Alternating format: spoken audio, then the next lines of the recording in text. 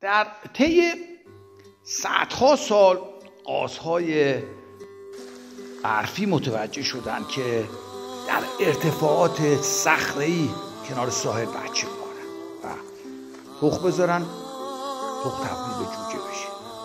چون در کنار ساحل براشون امنیت نیست، میتونه شغال، گرگ، روباه بچه ها رو از بین ببره و در دسترس حیوانات شکاری باشه.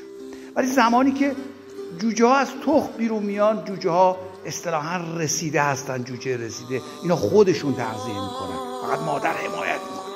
چاره ای ندارن که از اون ارتفاع این قازهای برفی باهاشون صحبت کنن که پرش انجام بشه. پرش میتونه خطرناک باشه و حادثه ساز، ولی کرکی بودن بدن، استخوان‌های مقاوم و حمایت مادر که با صداست این صحنه‌های زیبا رو پدید میاره و انسان